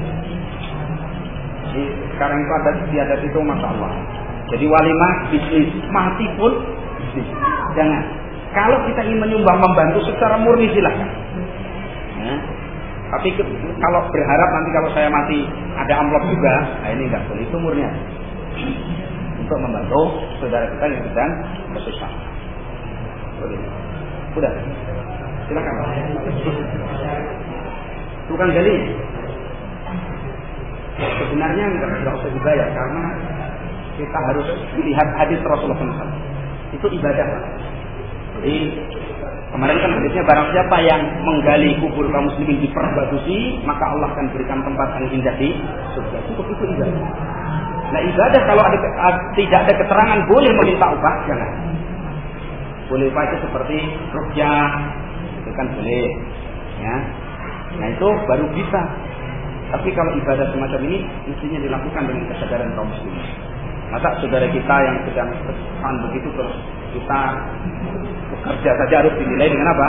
Materi. Maka kita ini harus belajar segala sesuatu itu tidak dinilai dengan materi. Belajar membantu saudara secara bahkan itu sholatnya itu sudah.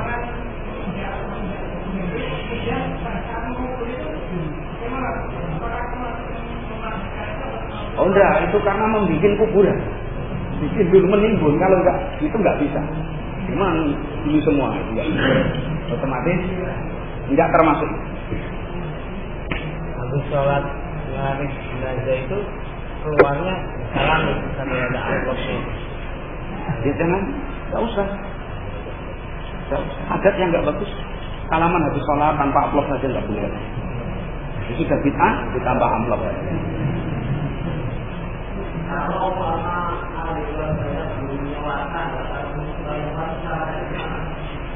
Kalau keluarganya belum, terus dia ingin, ya salatkan di kuburan. Sama, ini kuburan ya misalkan. Nah, sudah dikubur, sudah ditimbun toh.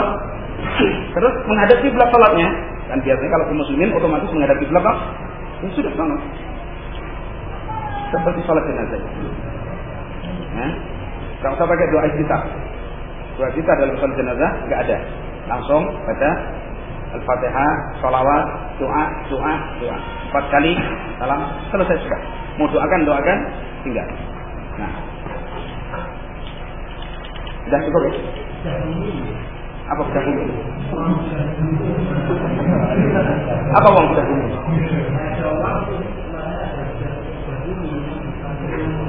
Maksudnya untuk apa uang?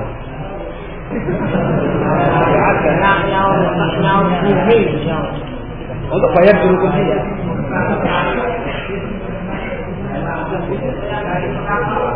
Enggak ada itu. Namanya aja sudah aneh. Kalau di Jawa ada mangkuk bumi.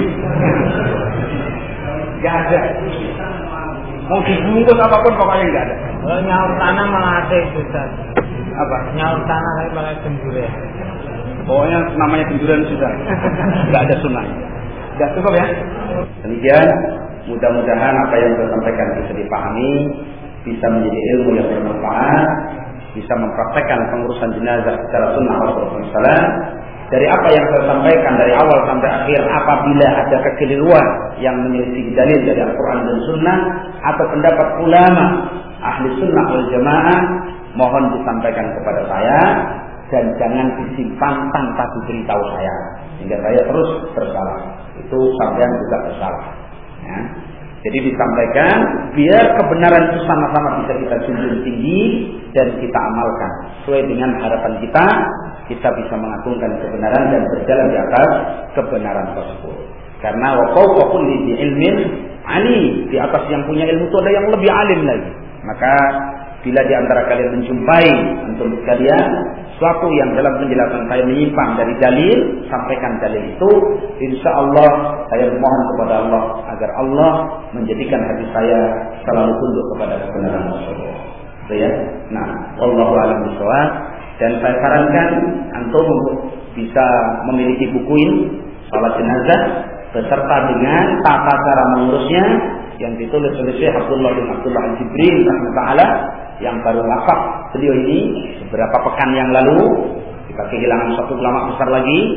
Ya. Ini sangat bermanfaat, buku saku dan harganya murah, tapi di dalamnya ilmu yang sangat bermanfaat bagi kita sekalian. Ya. Demikian wallahu a'lam bishawab dan wa akhiru da'wana alhamdulillahirabbil alamin.